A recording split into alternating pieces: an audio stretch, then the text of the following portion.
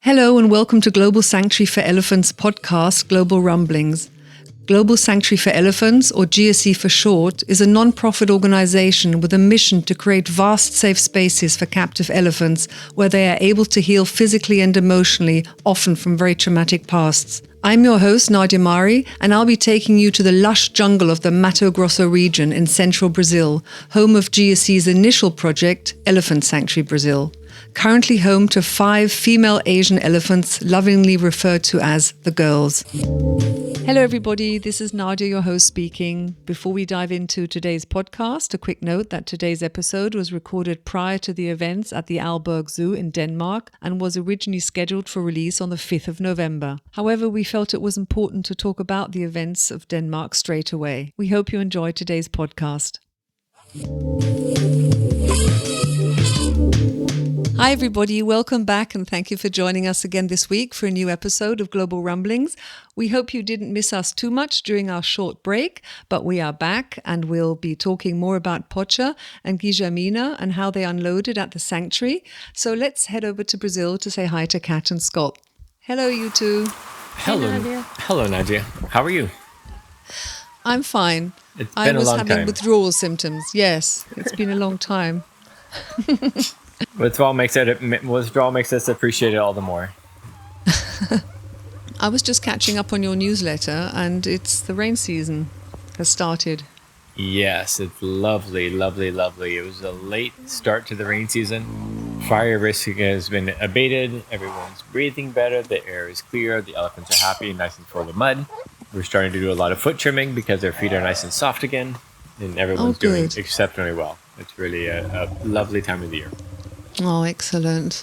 So before we dive into how Pocha kept us on the edge of our toes, not wanting to unload and enjoying having fun in her crate, there's some sad news that you wanted to talk about. Yeah, I mean, I don't know that we really want to talk about this, but it always leaves us with a substantial heavy feeling, but the harsh reality of captivity, and that is a couple of weeks ago, we finally heard that the Brazilian permit process was advancing. They were going to give us the importation permits. Last week, we've heard that before. Yeah, we heard it before. You never know when to believe it. And then last week, it was official on their site saying it's all approved. All we had to do is pay the tax, and the import permit will be finalized. We had already started making plans and moving forward in Argentina, assuming that they were going to be telling us this. And within 24 hours of it coming up on their site saying it's all approved and signed, we got the tragic news that Kuky, one of the 2 African elephants in Buenos Aires, passed away. Oh dear. Yeah, it's just heartbreaking when you work on these relocations for so many years and you knew you had opportunities to move for sooner. Bureaucracy stops that progress, causes more and more delays, and we don't know exactly what happened. Definitely seems to be a tragic accident. Waiting for more details, but she seemed to have fallen into her pool that was empty and ended up passing away. Oh, that is so tragic. So close to sanctuary, and how horrible, because also the papers are already signed. It was just. We don't have them in hand just yet. No. And there is always a certain level of disbelief until we actually can touch them. But I think the biggest, once Argentina signed the export permits, because they were the holdups last time with Mara, we were all so excited because we were like, great, we're not going to have to do this again. We're going to just get the permits and we're going to be able to move elephants and it's going to be fantastic. And then Brazil decided they were the ones who weren't going to sign the permits this time. And it's just, you have two pro bono teams working on the permit issue for years now. You have Argentina working it from their side, and every relation they have that they think might be able to positively impact it. We're doing the same on our side. you're reaching out to everybody from politicians to judges to influencers to so on and so on and so on. And it's just too much. I mean, under no circumstances should it take 2 years to get a permit that had everything already behind it. But it's substantially and significantly within the parameters of the law. This is not like a fringe, we're on the edge of what the regulations are. No, we're well within the regulations. They've already emitted import and export permits for elephants coming from the same locations, moving to the same location. There's absolutely no reason why this should have been delayed, and ends up being delayed because ultimately people don't trust and they don't invest the time to understand. And what ultimately happened was the president of the division responsible for the CITES permits was visiting a colleague of ours here in our own region.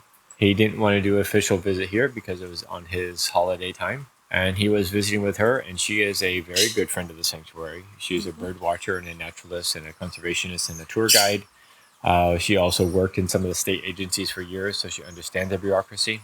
And he was visiting her bird watching at her house for the weekend. And she talked about the sanctuary. And when we finally met with him again, he said, I understand so much more about the sanctuary. I don't know that I buy that, though. I think it just got to the point where there's so much pressure coming from so many places that at some point they were going to have to give. Otherwise, I mean, the next step for us was going public. And it was just going to turn into, honestly, I can't curse. It was not going to be good. It was going to be an embarrassment for them, for sure.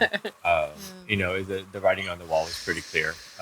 There's just no logic behind this. When the federal agency says we don't want to emit the permits because of fear of human-elephant conflict, like they have in Asia.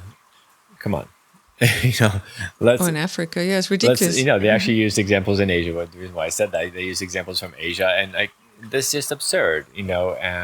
There's no connection. There's no. They also compared us to the hippos. Oh yes, they compared us to Pablo Escobar's hippos running wild. Oh, yes. Pablo Escobar. Meanwhile, it's wow, you just compared us to a drug dealer, and we only have females. So even if they all escaped and went rogue, they're not making babies. And they're past it. They're all post-menopause. Sure.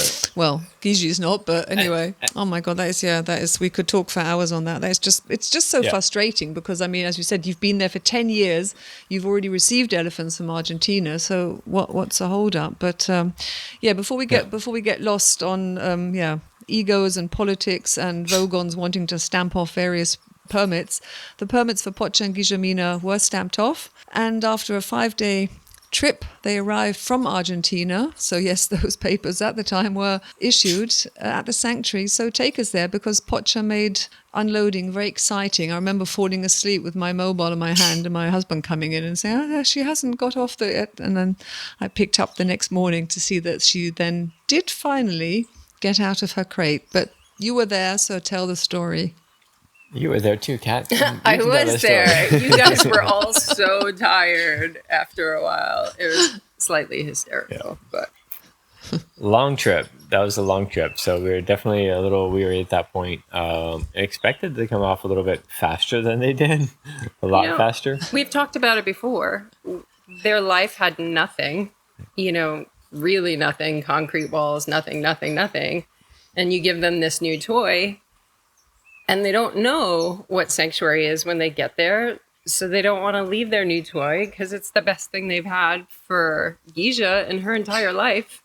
For Pocha, 50 years. So you open the door and they're like, but we like our toys. We're just going to hang out in our toys for a little while. It's like, okay. And it's a lot to take in. Sure. Everything's new. The new sights, new sounds, and it's a substantial change compared to where they were 5 days earlier. And social media was funny because, of course, we're doing lives and we're answering questions and talking to people. And people are like, why don't you try this? Why don't you try that? Blah, blah, blah. And it's like, well, part of it is letting them go at their own pace. It's like, yes, we can try to get them out faster. But like Scott said, it is so much. And it is the basis of the trust that we want them to have with us for the rest of their time here. So it isn't about trying to trick them out. It isn't about doing anything to make them go faster. It is giving them that space that if she wants to break the water pipe and give herself a bath for I don't even know how long.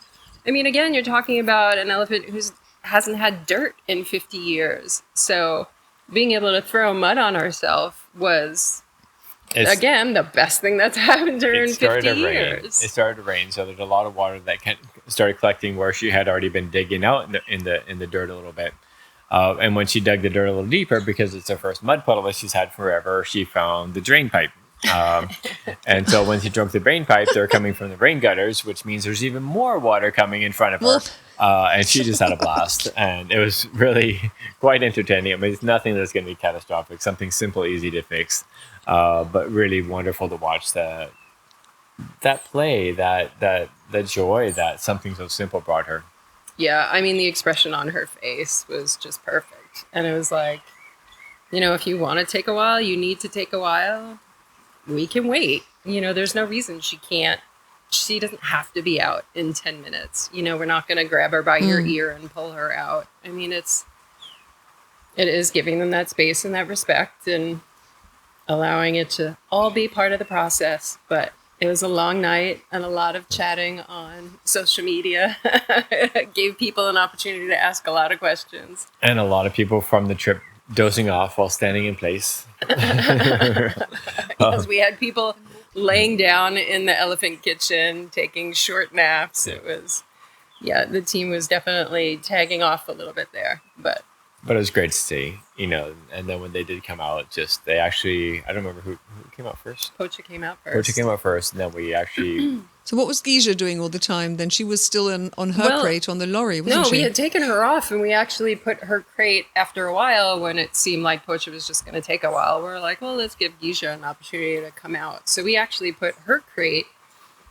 at the gates at Yard 1 and put her crate a little bit inside of Yard 1 to see if she wanted to come out. But she didn't want to come out either. So we have two crates, both open, one open to the first yard, one open to the barn. And neither elephant really showing much of an interest in coming out at all. So it was after Pocha came out, we ended up closing Guille's crate back up because she was still inside, and then lifting it up and putting it back at the barn, and then opening it up with Pocha there. And of course, we're thinking she's going to see her mom. She'll want to come out then. No. She just watched her mom and stayed in her crate.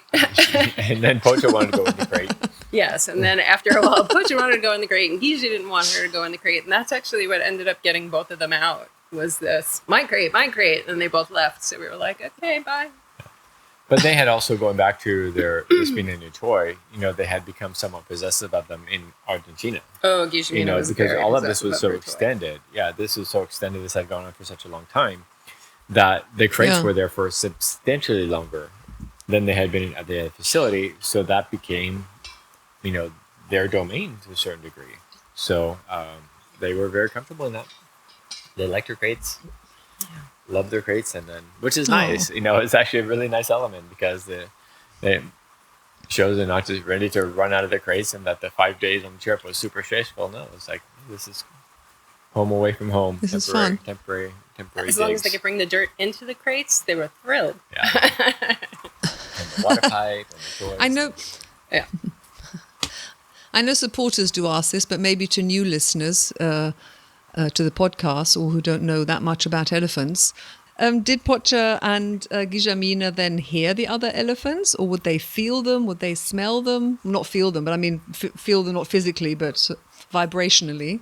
I would say... Would they have known that there are other elephants I would say without a doubt, but I think that there's an element of knowing the sterility that they came from. I don't know if their minds were really open to that level of understanding of what all of this meant yet. I think it was a little bit sensory overload. Yeah, I mean, they should have been able to smell them, for sure. Without a doubt. But, I mean, even when, skipping ahead a little bit, when Lady came, when they were there, she was the first elephant who came close to them. She was in the next yard. They didn't even see her. Because at that point, they still weren't actually looking up and out. They had gotten so Okay. used to having nothing in front of them and just kind of staring at the ground that she's in yard 1, almost near the fence. They were in yard 2, and they didn't even notice she was there. And it's like, okay, there's nothing over there, but they're just... Yeah, they didn't see her at They all. were so closed in their own little world still. That was one of the most fascinating parts for me, is realizing how much they weren't looking forward. Yeah. And it was part of that was the realization of what that captive space meant. You know it's going to have a negative impact. You know that it's an incredibly deprived space. But you don't realize how their bodies and how their minds and how their daily actions had evolved to adapt to that small space. And one of it was never looking forward. It seemed like they were always looking down. Even when they started exploring several days and weeks later, they still seemed like they weren't looking up and out. They were still looking downward. Yeah, they're the only elephants we've ever had that weren't ready to leave the barn after their overnight nap. Usually the elephants arrive late, so we'll keep them in the barn just so we know that they can really sleep. It's a long trip, blah, blah, blah. And we opened up for them, and they did not want to go anywhere. I mean, they were playing, they were rolling in the dirt, they were super vocal, there were parties every 10 minutes sometimes. But they just weren't comfortable enough yet to leave. And that was another thing. We would have people who don't really know the sanctuary, and they're like, why do you have them in cages? It's like, well, it's actually a barn, but they're not ready to leave yet. They've had such a sheltered life that if they're more comfortable staying in the barn for a little bit, that's okay. Again, it is that, everybody loves autonomy in theory until it means that it takes 8 hours to get out of the crate and 3 days to get out of the barn. The barn was open. They could have left at any point in time. And initially, it was like one step onto the patio and then back in the barn. And I think Pocha was ready to leave first, but Guillermina wouldn't let her. She would block her if she went to go because Guillermina wasn't ready. But then Guillermina ended up being the first one to step out of the barn. But of course, she had to do it backwards because the world forward was scary. So, but first is apparently much safer. And at night, they would do better. Yeah. When we'd go down at night to do the evening feed with them, normally I was with one, Cat was with the other. And just trying to get them to explore the chutes a little bit, the little corridor that goes outside, and just try a little bit of comfort with that. And, they seemed a little bit more comfortable during the nighttime hours to be able to do that. And even after they started going out, they wouldn't go out a tremendous amount during the day. And then at night, they would go out a bunch, between the trees that they destroyed and seeing them on camera. And they would go all the way up into yard 3 and stuff. But during the day, they were still a little... There's a lot to explore about what happened next, but we will say for elephants that have never had obstacles in their enclosure, they actually remained without obstacles even when they were obstacles. They walked through everything. If there's a bunch of trees, they just walked through the trees. They didn't go around them. We had so many poor little saplings that suffered greatly at the bodies of Pocha and Guillermina. No, we had a lot of really nice bushes, and not huge trees, but really nice, semi-forested area. And the elephants just, again, they wouldn't go around them. They just walked through them and flattened 5 little baby trunks instead of just walking around the bush. But they definitely... Well, that's a good way of getting rid of obstacles. Just sort of, walk or flatten Pretend them. they're not there. Pretend they're It not was there. easy to see where they had been. I just had a thought that you said that they lived such a sheltered life. Do you remember how they reacted then to the other wildlife? Let's say the birds, or when the dogs maybe came down with you to the barn, or anything else, lizards. They didn't really like the dogs. God forbid, any tapir running around at night. They didn't really like the dogs, but the dogs are super respectful. The dogs are really, really good about listening, and this is not the time or space, and the dogs go somewhere else, and they're really good about that. Yeah, I remember, yeah. Definitely wildlife had a big impact. And I remember seeing the tapirs and the giant trumpets that came from seeing tapirs and other wildlife. The birds, not so much, not like we had with Mara.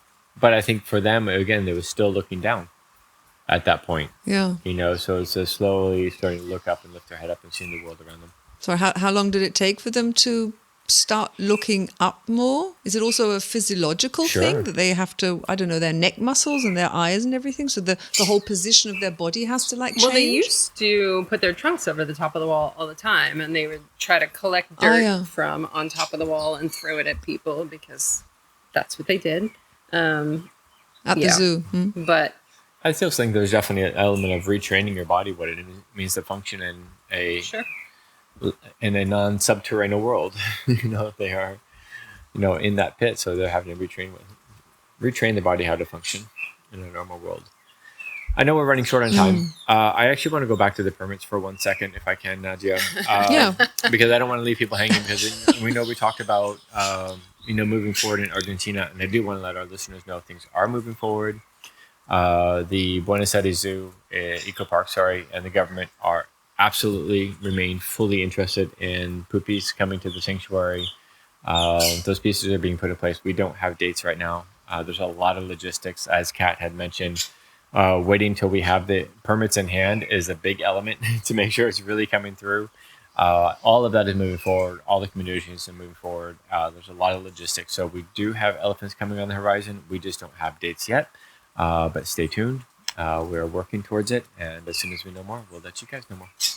Okay. And are these only the permits then for Buenos Aires for puppy now? Or is it also for the Mendoza, for Kenya? Yeah, it was. Possibly the Tammy? Permits were for Puppy, Kuky, and Kenya, which is now just Puppy also and the Kenya. 3 Africans. Yeah, Tammys will have to be separate. It's only because the permits are only good for 6 months, and there's no way that we can know if Tammy will be even remotely ready in 6 months to go somewhere. So just the Africans for right now. Okay, well that's a positive note to end on after the shock. Well, obviously I knew it, but obviously the shock of listeners who didn't know that that there won't be 3 African females, but unfortunately only 2. But let's hope that this spurs future rescues and shows everyone involved in stamping and making decisions that time really is of essence for these elephants, and they so desperately need to come to sanctuary. Absolutely. So I'll let you go before the next thunderstorm comes down. And our producer Bob has difficulty hearing you because of the downpour. I'll let you go. Enjoy your afternoon. It was great catching up after all these weeks. And we'll catch up again for our next recording. Thank you, Naji. It was a pleasure to speak with you again. And we look forward to giving updates in a couple of weeks of what's going on and what's new, and carrying forward with Pocha and Guillemina's journey of hopefully a little less destruction. Okay, bye. Bye. Nadia. That's all that we have time for this week. We hope you enjoyed the podcast. And if you did, don't forget to subscribe so you never miss another episode. Another great zero-cost way to support us is by leaving a 5-star rating or a glowing review, as this helps other people discover the podcast. Thank you so much. And until we meet up in 2 weeks' time, take care.